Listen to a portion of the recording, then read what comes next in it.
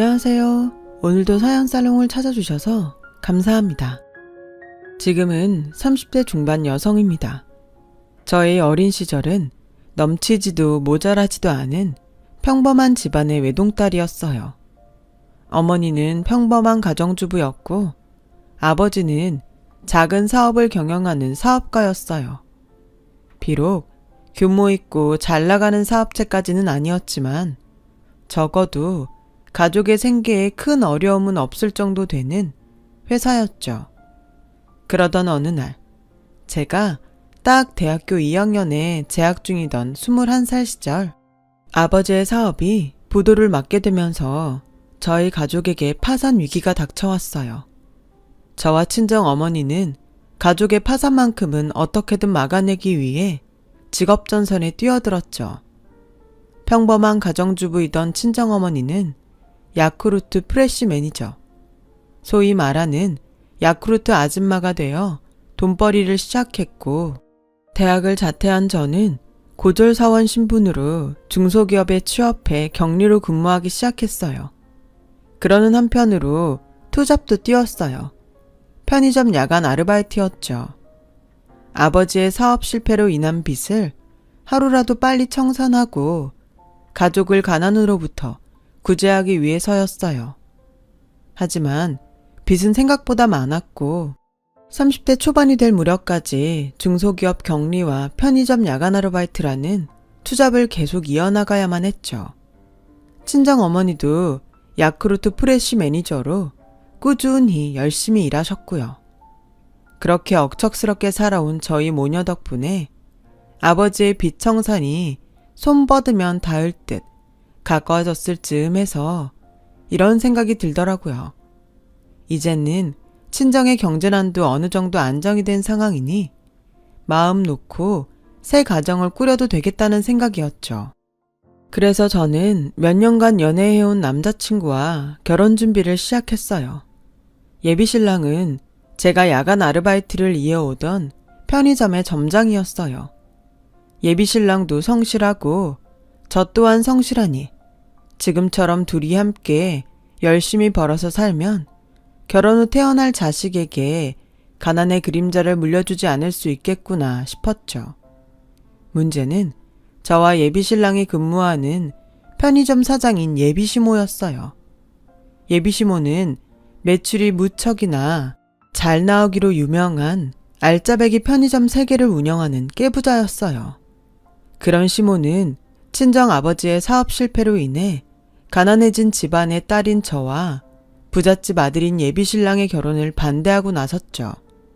특히나 저희 결혼 스펙이 대단히 마음에 들지 않는다는 속마음을 노골적으로 표현하고는 했어요. 어땠냐면요. 듣자니 대학교 2학년을 다니다 말고 중퇴했다면서? 네, 어머님.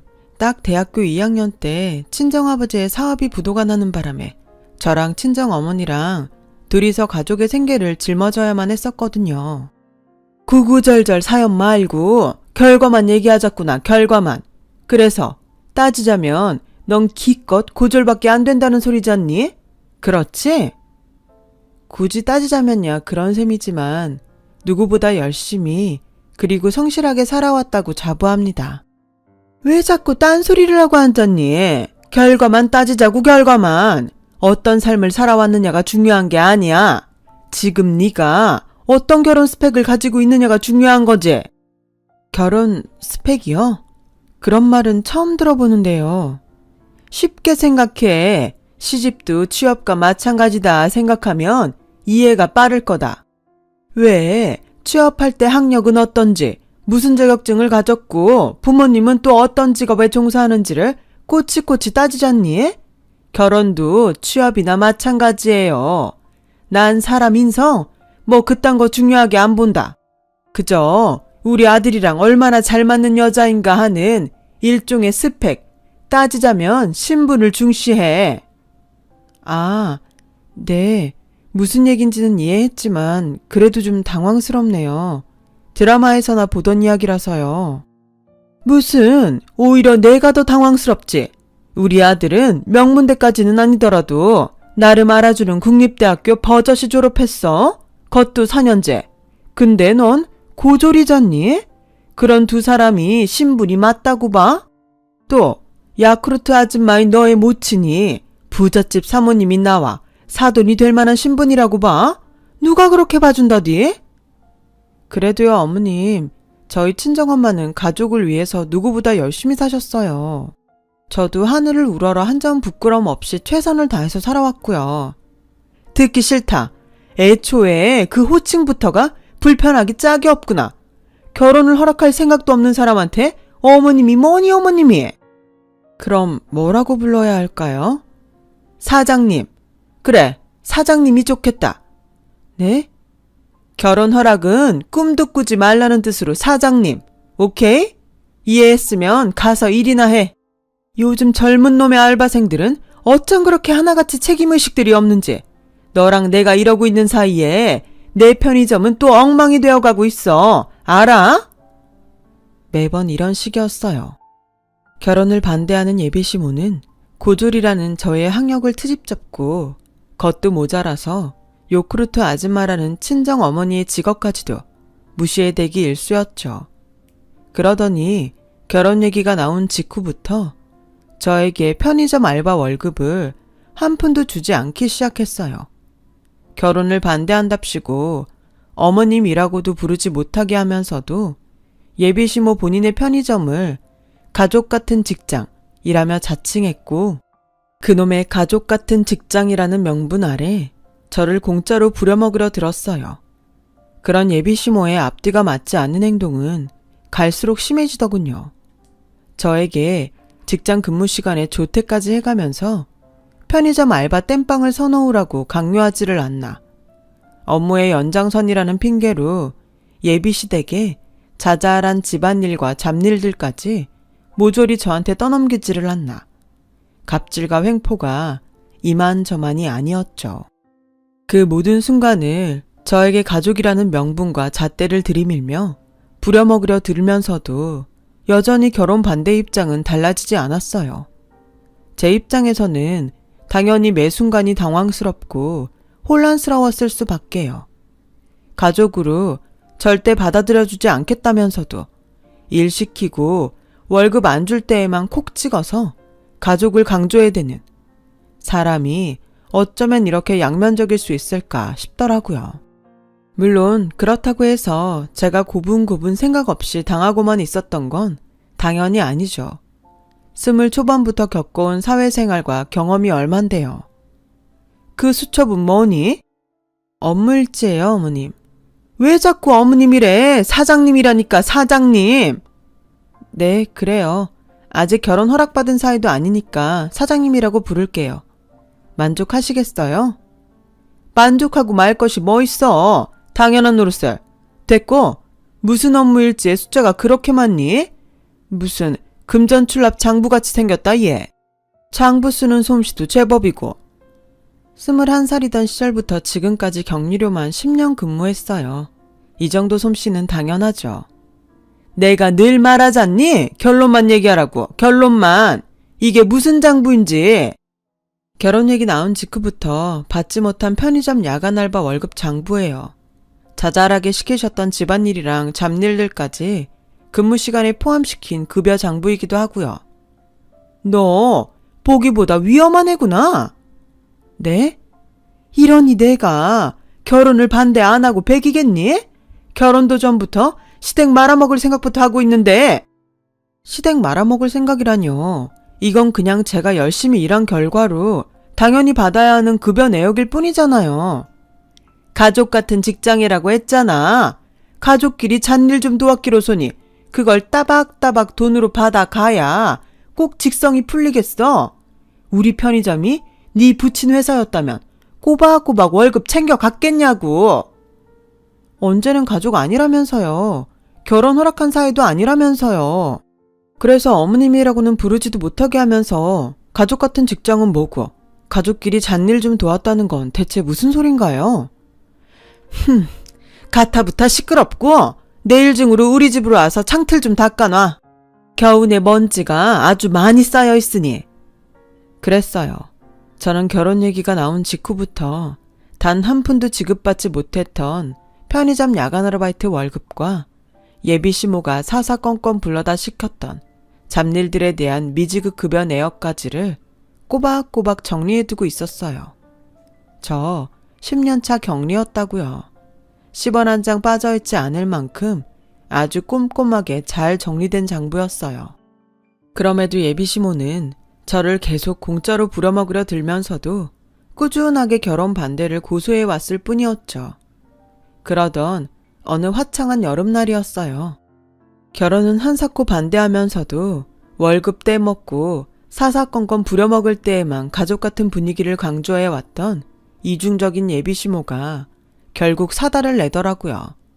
사건은 예비시모가 자신의 집 주차장으로 다짜고짜 저를 끌고 가면서부터 시작되었어요.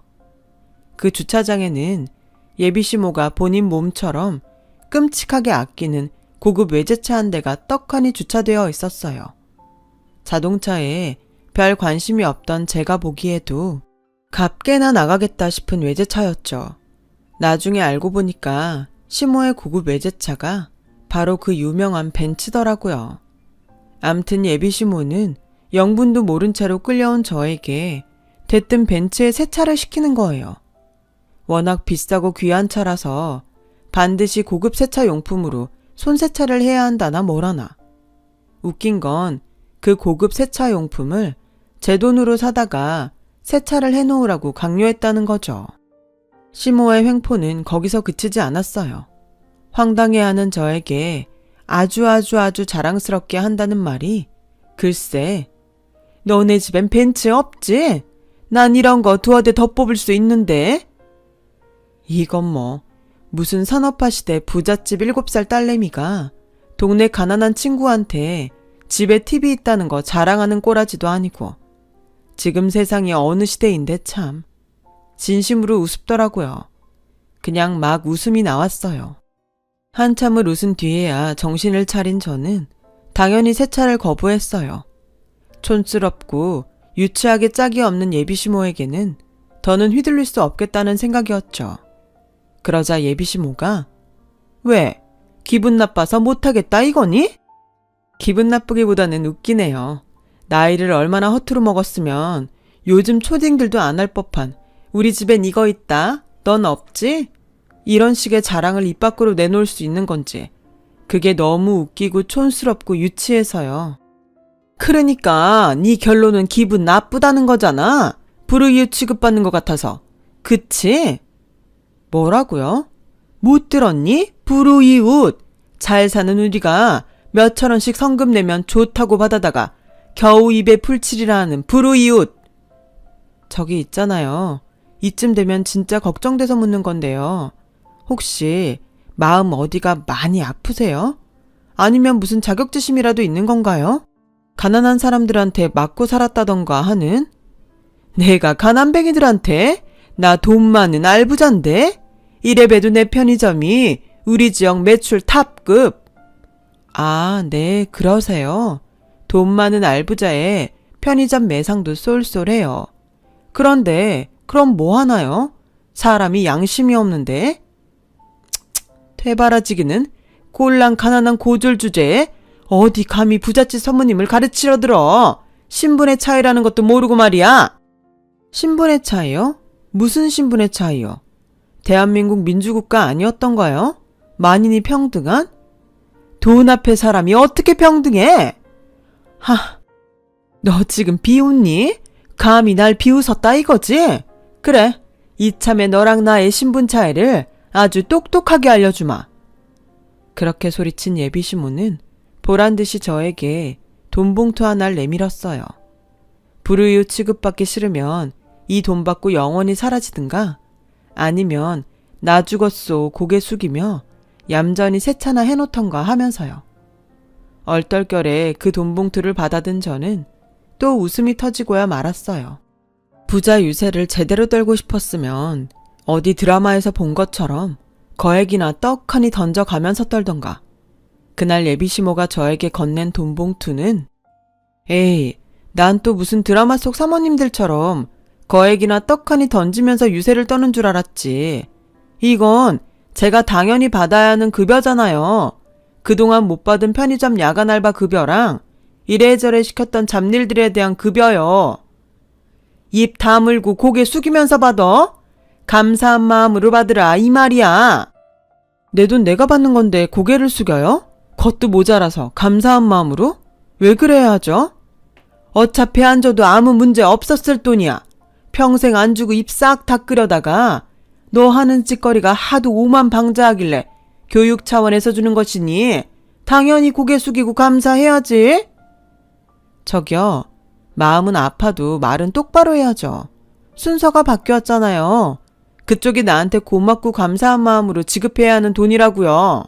내 쪽에서 고맙고 감사하게 받을 돈이 아니라 내가 피 같은 내 돈 넘겨주면서 고맙기까지 해야 한다던? 당신은 당신 편의점 매출이 공짜로 잘 나온다고만 생각하죠? 난 아닌데. 적어도 보편적이고 올바른 사고방식을 가진 사람이라면 당연히 아니라고 생각하는 게 정상인데.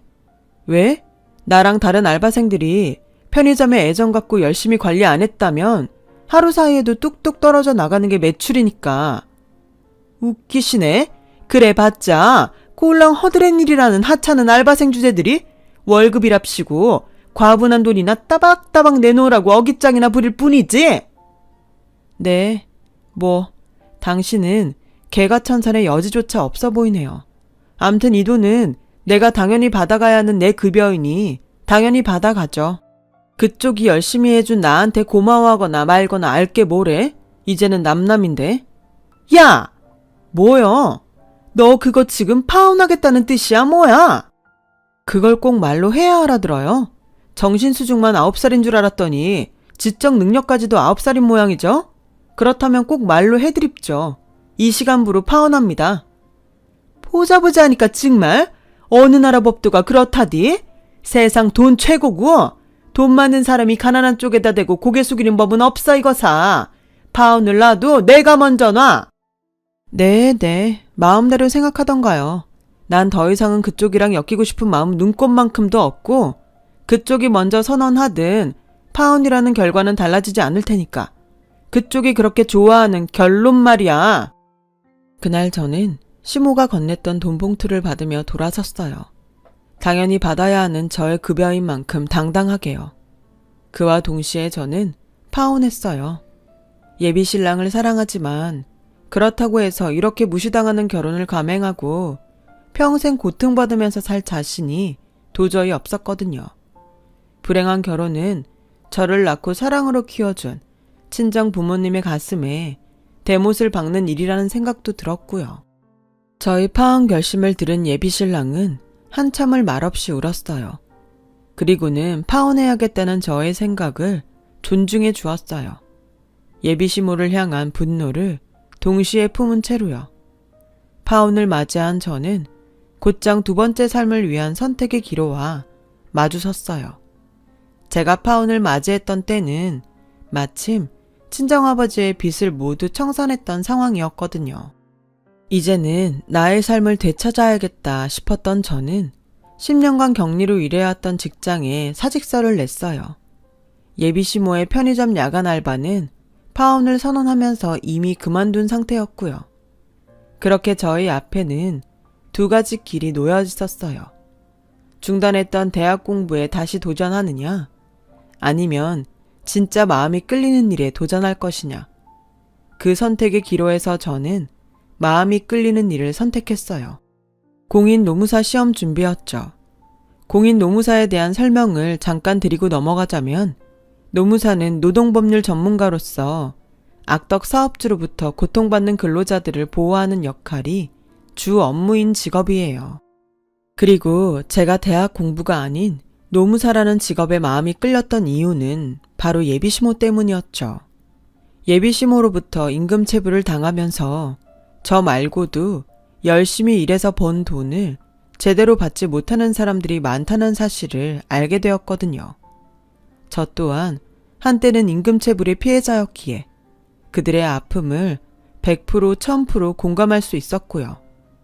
그렇게 저는 열심히 일하는 사람들의 등골을 빼먹는 악덕 사업자들이 많다는 걸 깨달았고 사회 정의를 바로잡기 위해 노무사라는 직업을 선택했던 거예요. 조금 더 구체적으로는 근로자들을 악덕 사업자들의 횡포로부터 지켜내기 위해서였죠. 결심을 굳힌 저는 공인 노무사가 되기 위한 시험 준비를 시작했고, 그로부터 약 2년 뒤, 엄마, 나 있잖아요. 붙었다? 붙었다고요. 합격했다고요. 나 이제 진짜 공인 노무사 됐어. 어머나, 그게 진짜니? 당연하죠. 설마 노무사 입에서 거짓말 나올까봐? 아니지. 노무사 입에서가 아니더라도 우리 딸 입에서 거짓말이 나올 리가 없지. 그럼. 내 말이요. 가만히 있어보자. 지금 이러고 있을 게 아니라 엄마랑 같이 어디 좀 나가자. 후딱 외출 준비하고 나오렴. 외식하게? 오늘 갈비 먹나 갈비? 외식은 당연한 거고, 엄마가 너 노무사 시험 준비할 때부터 생각했던 선물이 하나 더 있어서. 선물요? 일단 따라와 봐. 금방 알게 될 거야. 친정 어머니가 저를 데리고 간 곳은 어느 사무실이었어요. 작고 소박하지만 노무사라는 저의 꿈을 펼치기에는 아늑하니 딱 안성맞춤인 곳이었죠. 좋다. 안 그래도 사무실 자리 알아보려던 참이었는데 언제 이런 걸 또 알아봤대? 우리 딸이 노무사가 되겠다는 꿈을 품었을 때부터 생각하고 있던 일이야. 입주만 하면 잔금까지 다 치러줄게.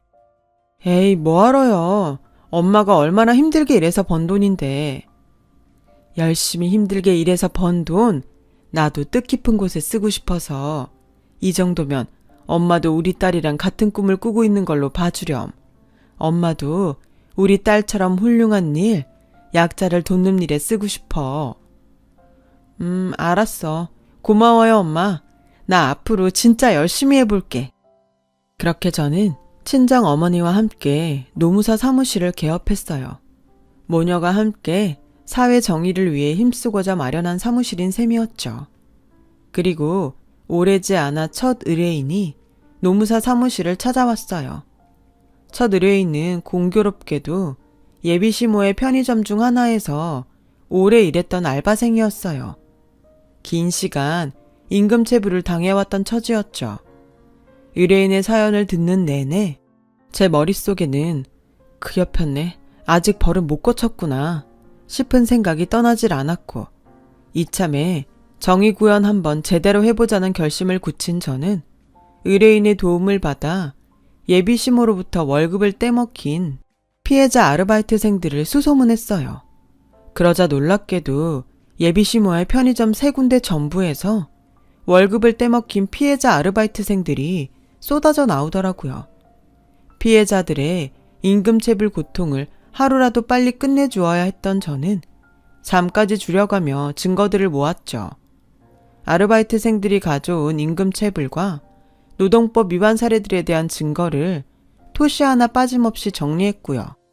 정리를 마치고는 곧장 노동청에 근무하는 선배 노무사의 도움을 받아 피해자들의 대리인 자격으로 악덕 사업주인 예비시모에게 소환장을 날렸고, 마침내 악덕 사업주인 예비시모의 소환이 이루어지던 날, 저는 친정엄마가 정성껏 다려준 검은 정장을 쫙 빼입은 채로 예비시모 앞에 나타났어요.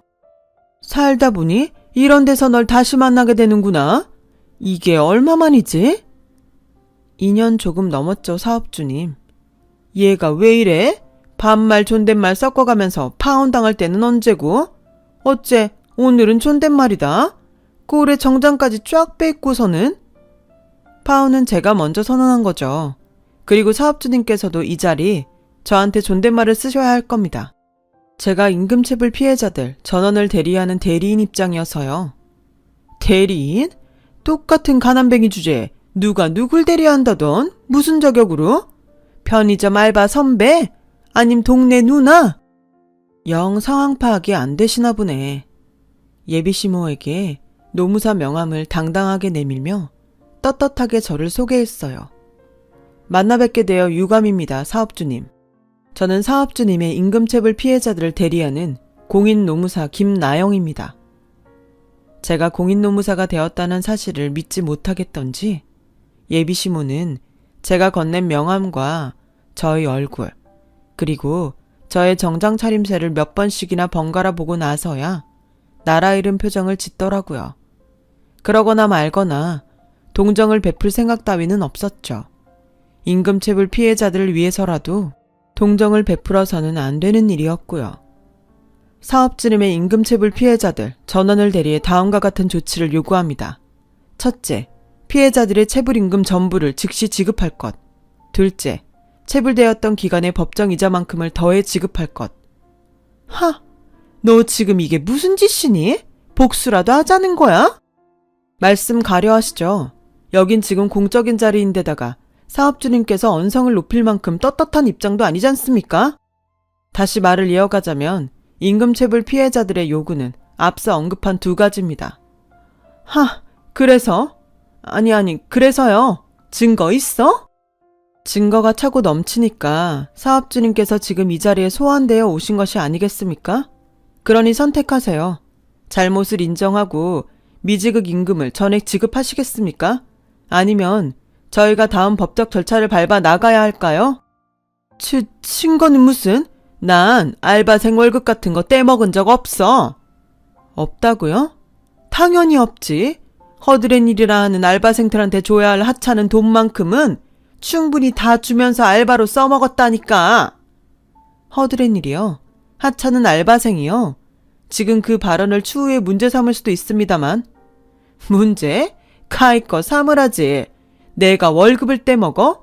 세상 무서워서 정말 아닌 말로다가 남의 편의점에서 구차하게 빌어먹는 처지면 사장님께서 얼마를 주시든 간에 고개 꾸벅 숙여가면서 감사하게 생각할 줄을 알아야지 말이야. 불우이웃 주제에 뭐? 임금체불? 옛다 그래. 불우이웃 성금조로다가 1,000원씩들 받아가라 이놈들아. 알겠습니다. 일단은 돌아가세요. 단 사업주님께서 그토록 좋아하는 결론은 아직 한참 멀었으니 너무 안심하지는 마시고요. 그럼 이만. 적반하장도 유분수지.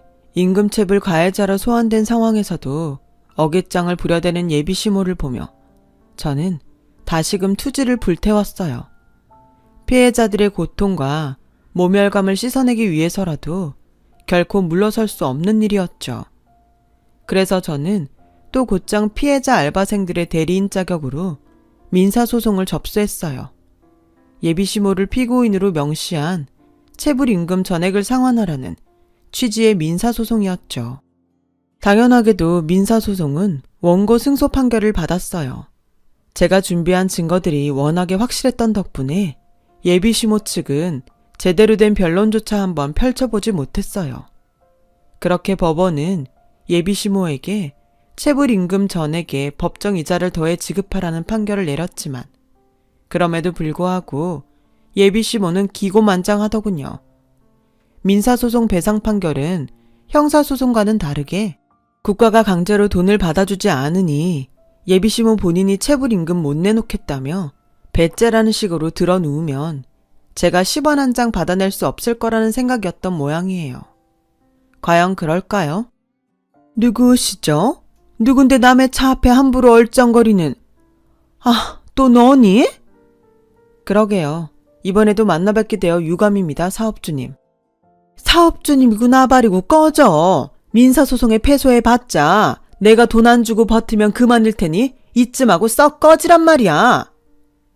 글쎄요. 사업주님 계산대로 될지는 두고 보면 알 일이고 그나저나 2년 좀 넘는 사이에 차가 바뀌었습디다. 반짝반짝하니 새 차 같은데 체불한 임금 상환할 돈은 없다면서 새 차 뽑을 돈은 어디서 나셨을까? 너 뭐야? 너 사채업자야? 지금 나 협박하니? 사채업자 아니고 노무사요. 협박이 아니라 정당한 법 집행 차원에서 방문한 거고요. 노무사 주제에 법 집행은 무슨? 네가 검사야 판사야? 검사 판사도 국민 재산 멋대로 못 손대는데 니깎게 뭐라고? 남이 예지중지 아끼느라 몇 번 타보지도 못한 벤츠 앞을 기웃거려? 글쎄요. 오늘부로 이 차 사업주님 차 아닌 걸로 알고 있는데. 뭐야? 법이 그렇게 만만한 게 아니거든요.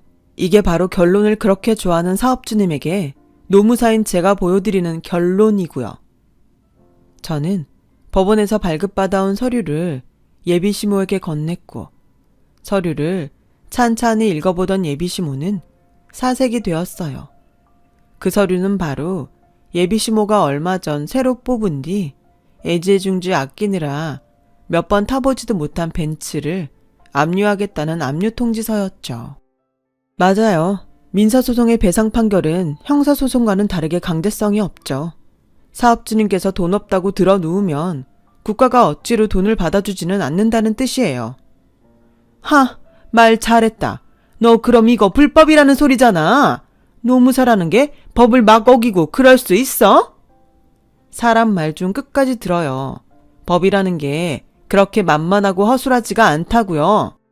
임금체불을 당한 피해자들은 채권자가 되는 거고 채권자들에게는 피해 금액을 받아낼 수 있는 채권 추심 절차라는 게 있죠. 이에 저는 지금 법정의 판결을 바탕으로 적법한 채권 추심 절차에 따라 사업주님의 외제차를 압류하겠다는 겁니다. 헛소리 짝짝해. 편의점 인근권은 사업장인 편의점과 관련된 일이야. 근데 사업장과 관련도 없는 내 개인 재산까지 채권 추심해도 된다는 법은 대한민국에 없어. 편의점 3곳 모두 사업주님의 개인 사업자 명의로 되어 있더군요. 저희가 압류하라는 벤츠 또한 사업주님의 개인 사업자 명의로 구매한 차량이고요. 여기서 질문 하나 하죠. 사업자의 임금체불로 인한 채무를 동일 사업자 명의로 되어 있는 외제차, 벤츠를 압류해 청산하겠다는 것이 불법입니까? 위법인가요? 아니죠. 합법이죠. 그러니 현 시간부로 사업주님의 벤츠 차량은 정당한 법적 절차에 따라 압류되었음을 통보합니다. 이성을 잃은 예비시모가 다짜고짜 저의 뺨을 때리려 들었어요. 그때 불쑥 나타난 예비신랑이 저를 감싸주었죠. 예비신랑은 결혼을 망친 것도 모자라서 편의점 직원들에게 아들 체면까지 구겨버린 엄마를 원망하는 말을 쏟아내며 의절을 선언했어요. 그리고 저는 경고니까 잘 들어. 혹시라도 같은 잘못 한 번이라도 되풀이했다가는 언제든 나를 다시 만나게 될 거야. 내 힘 닿는 한 최선을 다해서 정의구현을 지켜줄 작정이거든. 법 위에 돈 없고 돈 위에 사람 없는 법이라는 걸 똑똑히 가르쳐주기 위해서라도. 압류되었던 시모의 외제차는 결국 경매에 넘겨졌어요. 피해 아르바이트생들의 체불 임금과 법정 이자는 경매 대금으로 전액 지급되었고요. 예비시모가 순순히 체불 임금과 법정 이자를 지급했더라면 차 압류가 해지될 수 있는 상황도 있었지만 깨부자 재산을 얼마나 흥청망청 낭비하며 살았는지 당장 거액의 체불 임금과 법정 이자를 상환할 현금이 예비시모에게는 없었던 탓에 부득이하게 진행된 경매였죠. 어쨌거나 피해 아르바이트생들과 노무사인 제 입장에서는 못 받은 돈만 받으면 그만이었으니 해피엔딩이었고요. 예비시모는 지금 파산 위기까지 몰렸다는 풍문이에요.